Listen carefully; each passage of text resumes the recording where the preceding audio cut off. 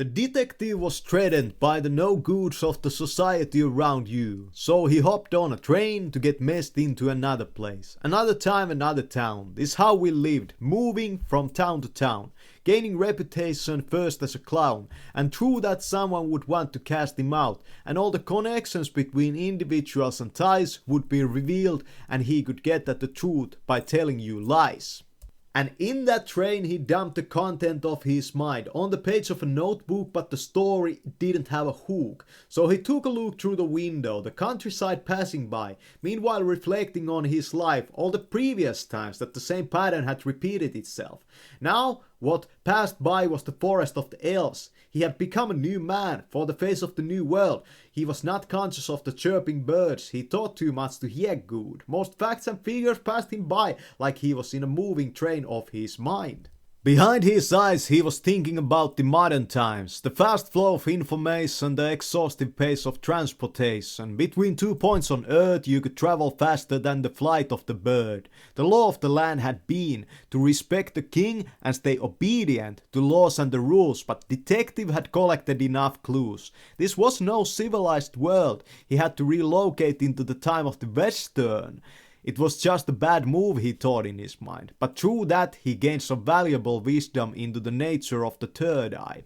There he was hopping off the train. A new city, a new town, another plane. He wondered how many people would be hopping on his bandwagon like that. It was the night time when the train arrived, and on his head he had a fedora hat, like in the past near a port. That smell of fish. He noticed a guy by the train station in some kind of bliss. He asked, "What are you on about?" And the man said, "I'm channeling the clouds." Channeling the clouds, you say? I think that together we should now pray for a better day to come for both of us, because I feel that you are just on drugs.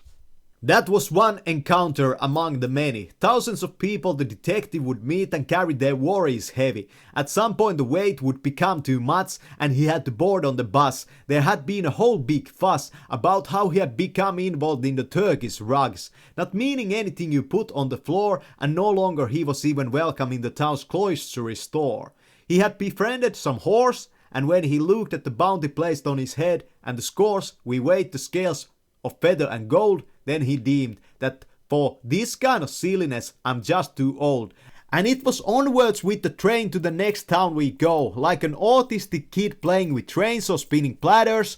The pattern kept repeating itself, just with different type of a face. It was a story for many, but what was never talked about was his social media profiles that were ready for the big games, because for all those that hated the guy, there was at least 100 more who liked his style. Just hit and running type of marketing ploys. Through his endeavors with powers that be, he had gained himself all the toys.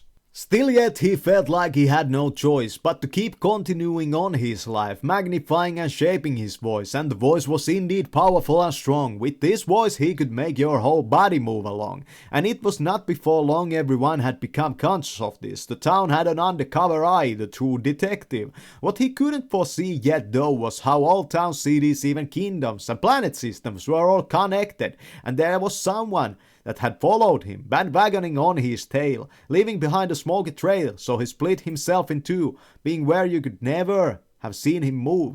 In his own shadow, casting it far and wide, he was talking directly into the murderer's mind. I know exactly what is going on in your brain. There it's like an empty train, stalking for the prey, thinking about his every move, and you run around with the knife in your hand, looking for the person to blame for your silly life situation. Well, I'll tell you, no one else in this train but you, so the next thing you do is an act all cool, even though inside you fume, like the trails that are left behind by those that run, hiding the covers in the rise of the sun. It used to be fun, but nothing is left of that. All your misfortune, it happened because you roar the wrong type of a hat. How silly is that?